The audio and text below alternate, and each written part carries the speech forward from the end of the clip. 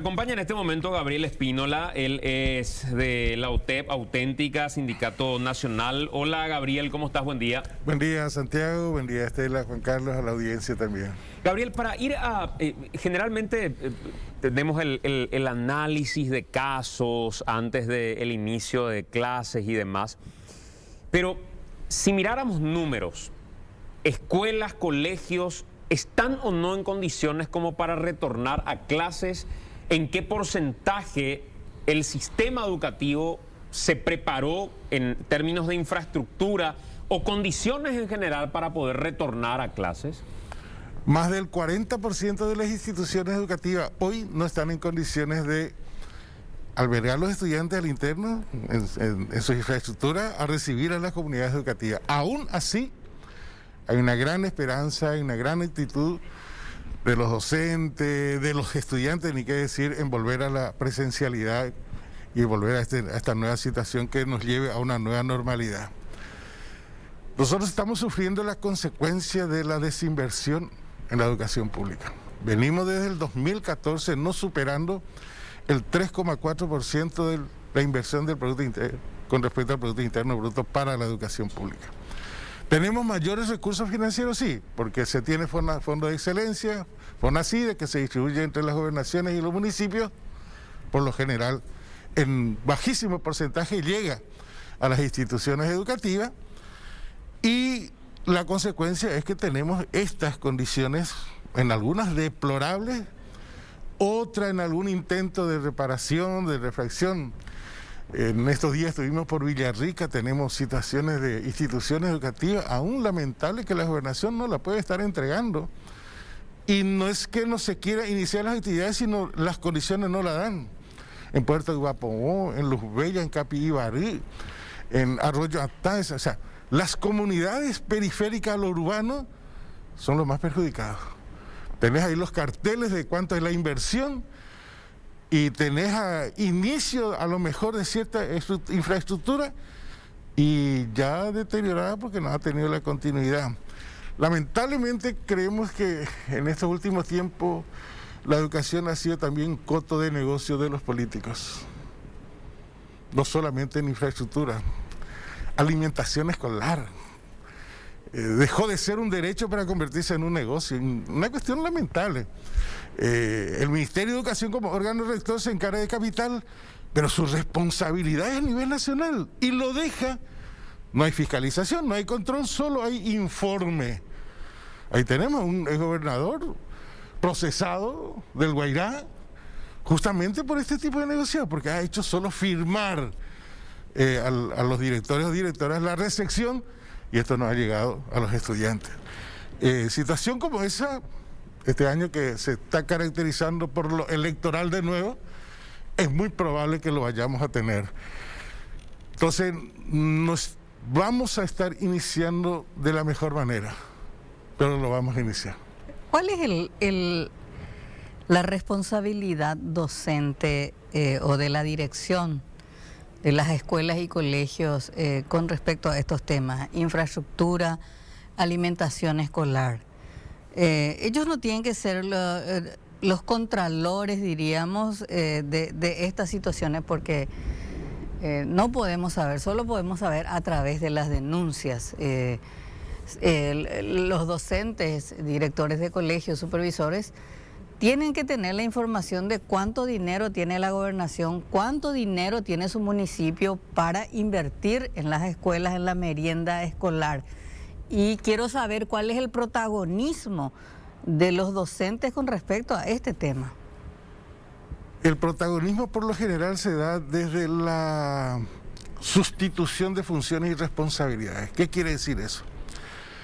Es más rápido conversar con los padres, desarrollar actividades con los padres para construir, reparar, reflexionar, que entrar en todo ese proceso formal, burocrático, que muchas veces y en la mayoría de los casos se descubre porque una directora o un director no llegó a firmar la planilla. A pesar de las presiones, nosotros muchas veces tenemos conocimiento de las situaciones irregulares justamente por esta situación, o sea, por estas denuncias.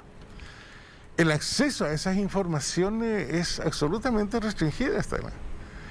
Si muchas veces tú sabes de esa información cuando se coloca el cartel. Si no se colocó el cartel, por lo general no sabes. Entonces, y conste que hasta desde el punto de vista formal está habilitada, por ejemplo, la participación en el presupuesto municipal, de las comisiones barriales inclusive, pero no se socializa. ¿Cuánto significa el porcentaje que me han asignado, por ejemplo, de Fondo de Excelencia, FONACIDE? No se socializa. Y ahí tenés intendentes, juntas municipales que en contubernio reprograman esos presupuestos y los destinan a gasto fijo. Pero eso está sujeto a verificación, a estudios. ¿Qué pasa? ¿Es ley muerta nomás eso o pasa algo más? ¿O falta instrumento? La participación es solo formal, Juan Carlos, y audiencia. O sea, creo que nuestro componente de ciudadanía aún no la asumimos como tal. La mayoría de las denuncias queda en estos ámbitos de fiscalía o de contraloría, que muchas veces surge de allí estos, entre comillas, desequilibrio de lo que se ejecuta y lo que se dispone, y hace que tenga otra intervención, pero que muere. Porque aquí en el Paraguay es fácil conseguir lo que creo que estaban hablando con el viceministro de Tributación, la factura, el documento, que no hace al hecho. Es decir, tú tienes la entrega a lo mejor de la factura de la merienda, pero no llegó la merienda.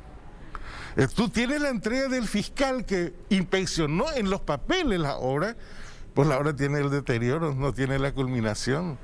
O sea, creo que hay una campaña que nos parece muy bien, solicitar la rendición de cuentas de lo que se invierte, pero quienes están promoviendo la campaña son parte también de aquello por medio de algunas empresas de construcción. Hoy el diario Última Hora, perdón Santiago, me parece que resume un poco un problema político, pero que también está vinculado. Sí. En Central se le eliminan rubros de escuela y afecta a 2.000 alumnos. ¿Qué va a pasar con esos 2.000 alumnos? No hay dinero, dice el gobernador, me sacaron del presupuesto. Pero mientras hay un cuestionamiento a su administración con respecto a desvío de fondos o pago doble de obras. Asunción tiene 20.000 millones de guaraníes y por la ineficacia en la gestión del intendente no justifican, pues entonces Hacienda no les puede liberar los fondos. O sea, aparte tenemos un problema grave de ineficacia porque la educación no importa. Porque el alumno no vota, no es elector. Y cuanto menos se los prepare para ser buen elector, ciudadano es mejor. Es decir, son patos de esta laguna de la mediocridad y la mediocrización, que se proyecta y se concreta a partir de... Eso es gobernación central. Si empezamos en este momento a revisar el Ministerio de Educación y Ciencia, es mucho más grave. El Ministerio de Hacienda, de donde es parte, tributación, ha congelado 2.344 rubros. 33.800 horas. Que no la dispone. Y no está eso determinado en el presupuesto, está en una reglamentación. Una cuestión de locura. ¿Qué significa eso? Que los estudiantes de Mariscal Estigarribia de Carapeguá, sus docentes de física, de química, de ciencias básicas en general, no van a tener docentes. ¿Por qué? Porque el rubro no está disponible. O sea, eso se descubre a partir de una investigación. Y si investigáramos en este momento de educación, probablemente eso está quintuplicado. Gabriel, 2 años prácticamente sin ir a clases presenciales.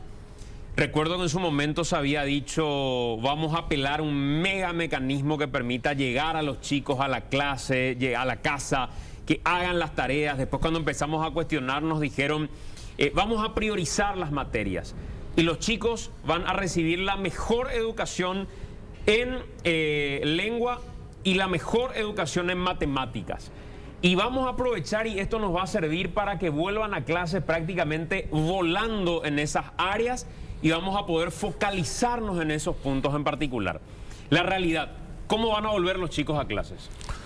el vuelo fue interrumpido por la falta de conectividad. O sea, una cuestión increíble. O sea, esta realidad paraguaya del 30% de los hogares con conectividad te da el reflejo de que por ese mecanismo íbamos al fracaso. Y realmente fuimos al fracaso. Aún así insistieron, para la propaganda, para las estadísticas, no vamos a estar bien todavía.